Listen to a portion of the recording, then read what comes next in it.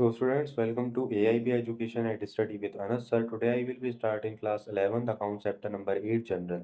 आज हम स्टार्ट करेंगे इलिस्ट्रेशन नंबर 7 क्योंकि इलिस्ट्रेशन नंबर 7 एक ऐसा इलिस्ट्रेशन है, एक ऐसा क्वेश्चन है जिसके अंदर आपको सारी ट्रांजेक्शन नई नई देखने को मिलेंगी, जैसे कि डिस्काउंट रिसीव, डिस्काउंट देना और ट्रेड डिस्काउंट लेना, इस तरीके से कैश डिस्काउंट।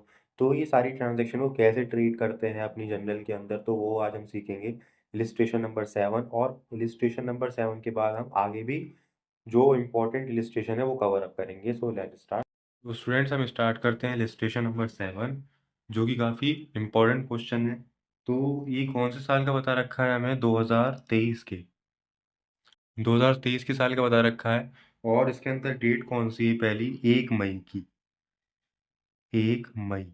अब इसमें पहली ट्रांजेक्शन क्या है? Paid cash to Shyam against dues received cash discount, यानी कि कोई पेमेंट हमने श्याम को पे करी है और वो जो है हमने टाइम से पहले पे कर दी, इसलिए हमें वो क्या दे रहा है? कैश डिस्काउंट दे रहा है। ये हमने चैप्टर नंबर 2 के अंदर क्लियर करा था कि कैश डिस्काउंट, ट्रेड डिस्काउंट क्या होता है। तो कैश डिस्काउंट दे रहा है वो हमें, क्योंकि कोई हमारे परचेज किया होगा हमने कोई बिजनेस ट्रांजेक्शन के अंदर, तो जो अब हम उसकी पेमेंट कर रहे हैं और वो अपने टाइम से पहले कर रहे हैं, तो उसको हम ट्रीट करेंगे। तो वो कैसे ट्रांजेक्शन को अपलोड करेंगे हम? देखिए, सबसे पहली चीज कि हम कैश पे कर रहे हैं। किसे पे कर रहे हैं? श्याम को। तो पहले श्याम अकाउंट डेबिट कीजिए सबसे पहले। Shyam account debit, Shyam account debit कर दिया। उसके बाद कैश जा रहा है उससे टू कैश अकाउंट क्रेडिट। यहाँ तक तो हमारी सारी एंट्री जो थी वो सिंपल थी। अब हम कितने रुपए की ट्रांजेक्शन कर रहे हैं उसको, मतलब कितने रुपए दे रहे हैं, हमारे पास से कितने रुपए जा रहे हैं? 9,750, इतने पैसे जा रहे हैं।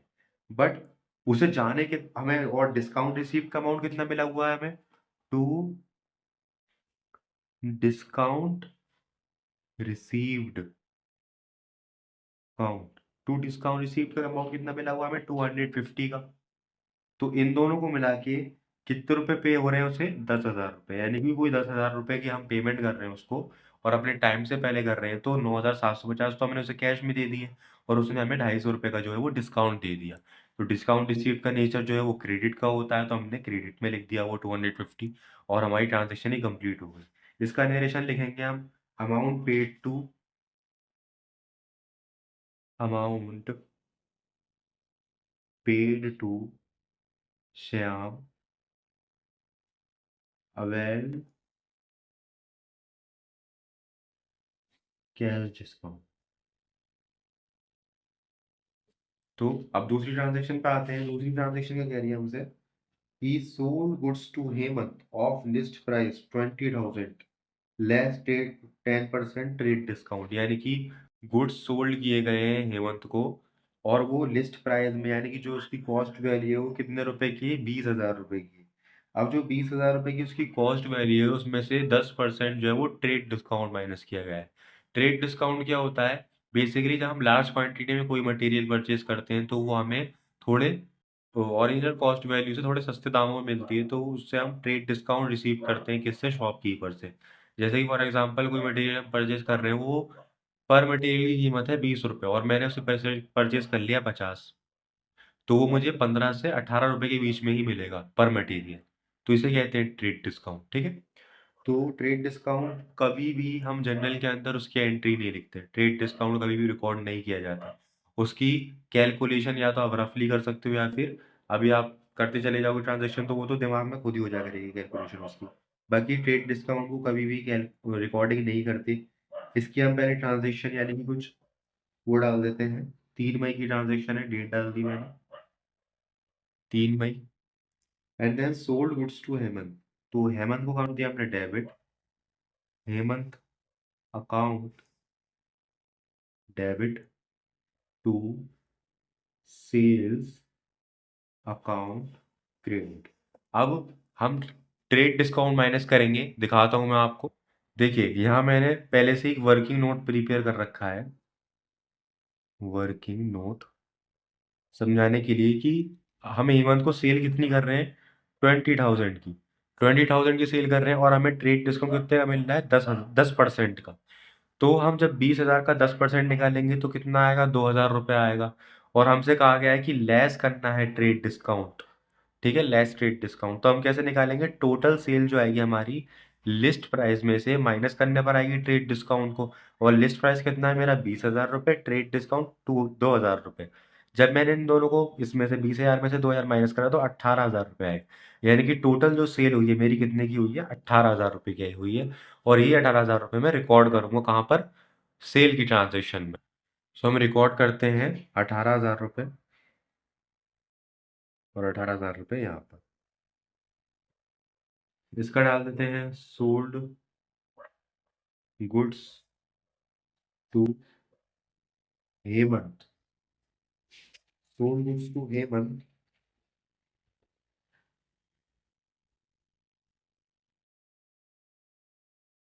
ऑन, और डाल देंगे यहाँ पे अलाउइंग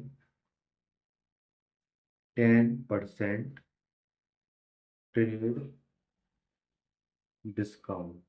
तो इस ट्रांजेक्शन में पता चला कि नरेशन की कितनी ज़रूरत होती है। अब जब कोई भी नया पर्सन इसको देखेगा कि ट्रांजेक्शन को, तो वो सिर्फ ये समझेगा कि हेमंत को 18,000 रुपये की सेल करी है। बट जब वो नरेशन पढ़ेगा तो वो देखेगा कि 10% का ट्रेड डिस्काउंट भी दिया गया है, जिससे इसकी ओरिजिनल वैल्यू कितने की बनी, 20,000 रुपये की। सो हम नेक्स्ट ट्रांजेक्शन में मूव होते हैं। नेक्स्ट ट्रांजेक्शन क्या कह रही है हमारी, नेक्स्ट ट्रांजेक्शन की डेट है 7 मई की। 7 मई हमने पुट किया।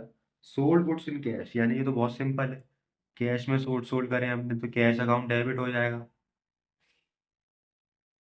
टू सेल्स अकाउंट क्रेडिट हो जाएगा। कितने रुपए की एंट्री है ये, 2,500 की। 2,500 यहाँ और 2,500 यहाँ पर। लिख देते हैं सोल्ड गुड्स इन कैश। हमारी ट्रांजेक्शन कंप्लीट हो गई। अब आगे बढ़ते हैं 10 मई की ट्रांजेक्शन।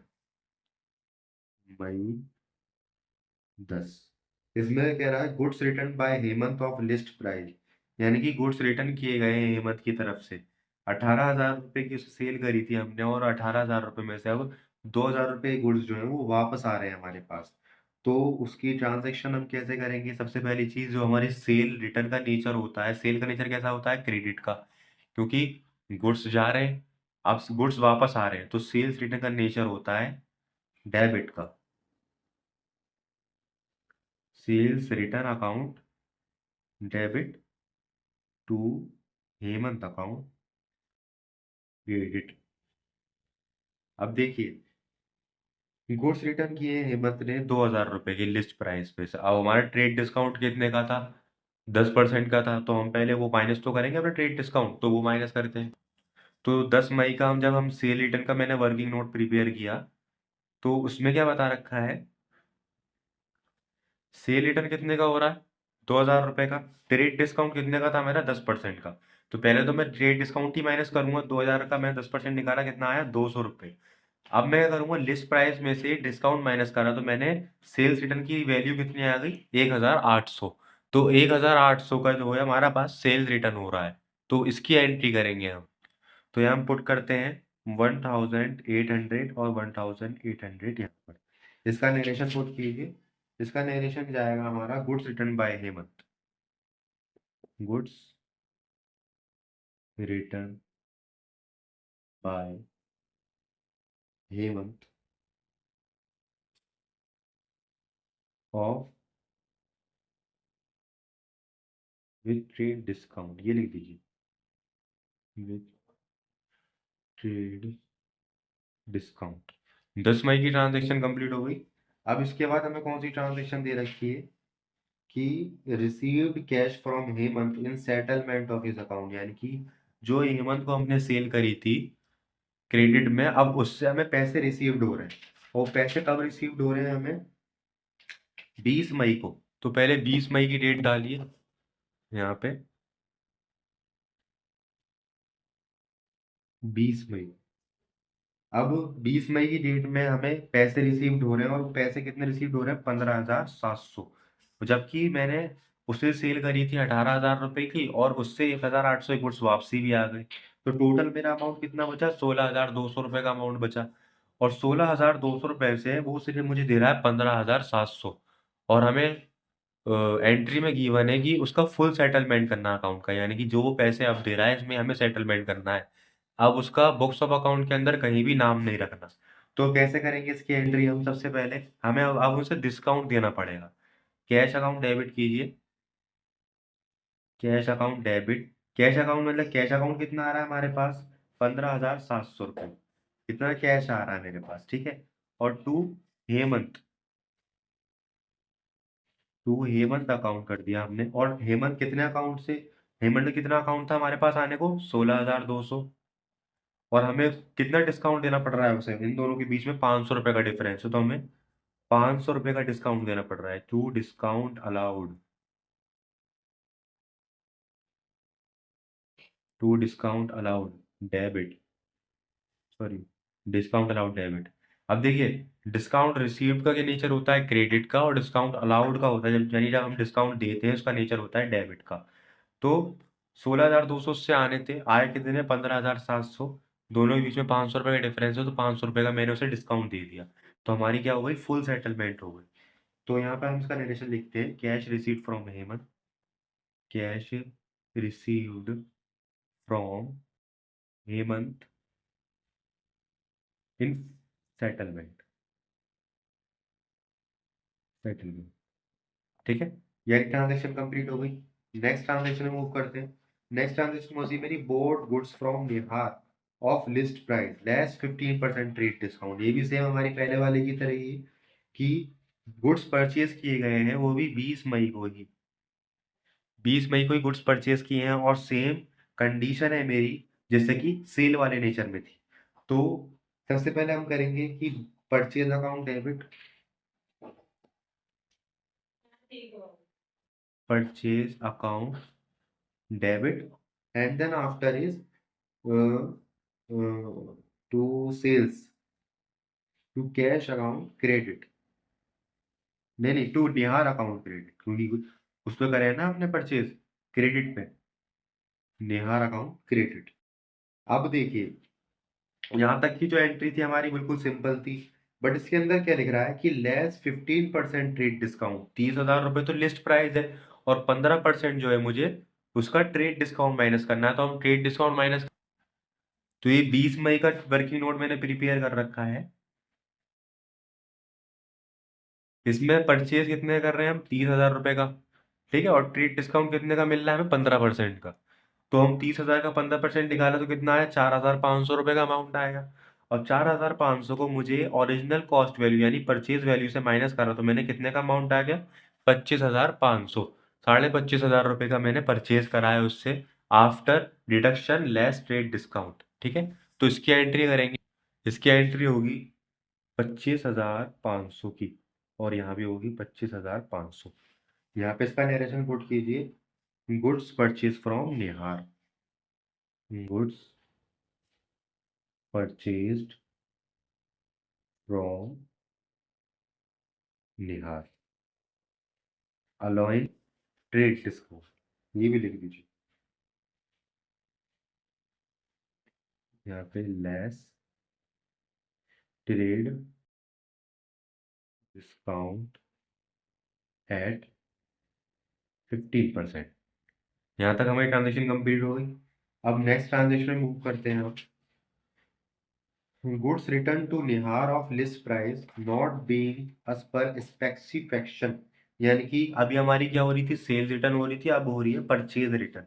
यानी कि जो हमने उससे गुड्स परचेज करे हैं हम वापस कर रहे हैं उसे, कुछ गुड्स। कौन सी तारीख को? 20 तारीख को ही। तो हम यहाँ 20 तारीख की ट्रांजेक्शन मैंने पुट करी, 20 मई की। आप क्या करेंगे? हम परचेज का नेचर क्या होता है? परचेज अकाउंट का डेबिट होता है, परचेज रिटर्न का क्रेडिट होगा। तो हम निहार को कर देंगे debit. Nihar account debit, and then to purchase return account credit। purchase return account, ठीक है। जो परचेज का नेचर है उसका अपोजिट है, और जैसी सेल का नेचर है उसका अपोजिट सेल रिटर्न होता है। तो इसमें भी जैसे कि हम सेल में करा था हमने आफ्टर लेस ट्रेड डिस्काउंट करने के बाद किया था, तो सेम इसका भी प्रोसेस होगा। तो मैं इसका डायरेक्ट अमाउंट लिख देता हूँ। इसका अगर हम माइनस करेंगे 15% तो कितना बनेगा? 4250, 4250 आप माइनस करके भी देख लीजिएगा, यही अमाउंट निकल कर आएगा। गुड्स रिटर्न बाय नेहा, यहाँ लिख दीजिए गुड्स रिटर्न टू नेहा। हमने करे ना उसको, तो इसलिए टू आ रहा है यहाँ पे नेहा। तो 20 मई तक की हमारी ट्रांजेक्शन कंप्लीट हो गई। अब बची है हमारी सिर्फ और सिर्फ दो ट्रांजेक्शन, तो इसलिए नेक्स्ट पेज पर आते हैं हम। अब हमारी नेक्स्ट ट्रांजेक्शन कौन सी है, 25 मई की।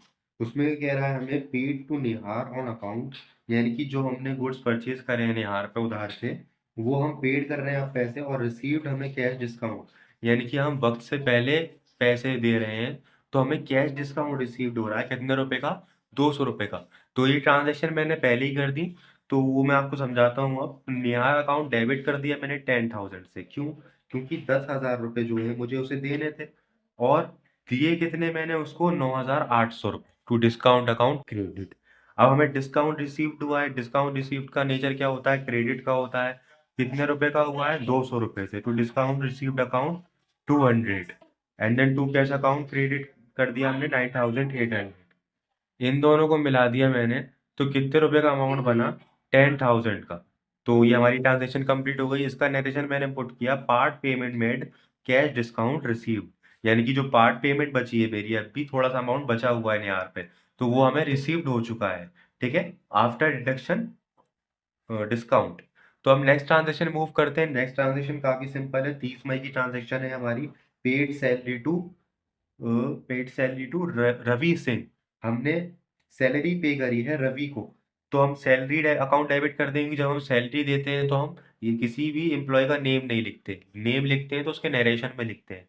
तो सैलरी अकाउंट डेबिट कर दिया मैंने 14,000 से, टू केस में दिए, कुछ बता नहीं रखा तो मैंने कैश में माना, टू कैश अकाउंट क्रेडिट कर दिया मैंने 14,000 से, एंड देन आफ्टर मैंने नरेशन लिख दिया salary paid to Ravi Singh. So हमारा इलिस्ट्रेशन नंबर 7 कंप्लीट हो चुका है, सारी ट्रांजेक्शन कंप्लीट हो गई। फ्रेंड्स हमारा रजिस्ट्रेशन नंबर 7 कंप्लीट हो चुका है। जितनी भी ट्रांजेक्शन थी सब हमने कंप्लीट कर ली हैं, और मैंने सारी ब्रीफली एक्सप्लेन भी करी। फिर भी अगर आपको किसी भी ट्रांजेक्शन के अंदर कोई डाउट हो, तो आप कमेंट करके मुझे बता सकते हैं मैं उसको दोबारा ब्रीफली एक्सप्लेन कर दूंगा। अदरवाइज हमने सारी ट्रांजेक्शन को ईजिली पढ़ा, समझा, और ये इलिस्ट्रेशन नंबर 7 काफ़ी इंपॉर्टेंट भी था, क्योंकि इसके अंदर हमने ट्रेड डिस्काउंट सीखा, कैश डिस्काउंट सीखा, डिस्काउंट अलाउड, डिस्काउंट रिसीव, और ये 4 चीज़ें हम सीखी। इन 4 चीज़ों को कैसे ट्रीट करते हैं अपनी बुक्स ऑफ अकाउंट के अंदर, वो आज हमने सब कुछ ठीक से सीख लिया आई थिंक। अगर आपको किसी भी अगर आपको अब भी डाउट हो किसी ट्रेड में, कैश डिस्काउंट में, या डिस्काउंट अलाउड रिसीट वगैरह में, तो आप कमेंट करके बता दीजिए। मैं दोबारा बता दूंगा, अगर आपको वीडियो अच्छी लगी हो, सारी ट्रांजेक्शन समझ में आई हो, तो वीडियो को लाइक कीजिए, चैनल को सब्सक्राइब कीजिए, शेयर कीजिए एंड कमेंट कीजिए।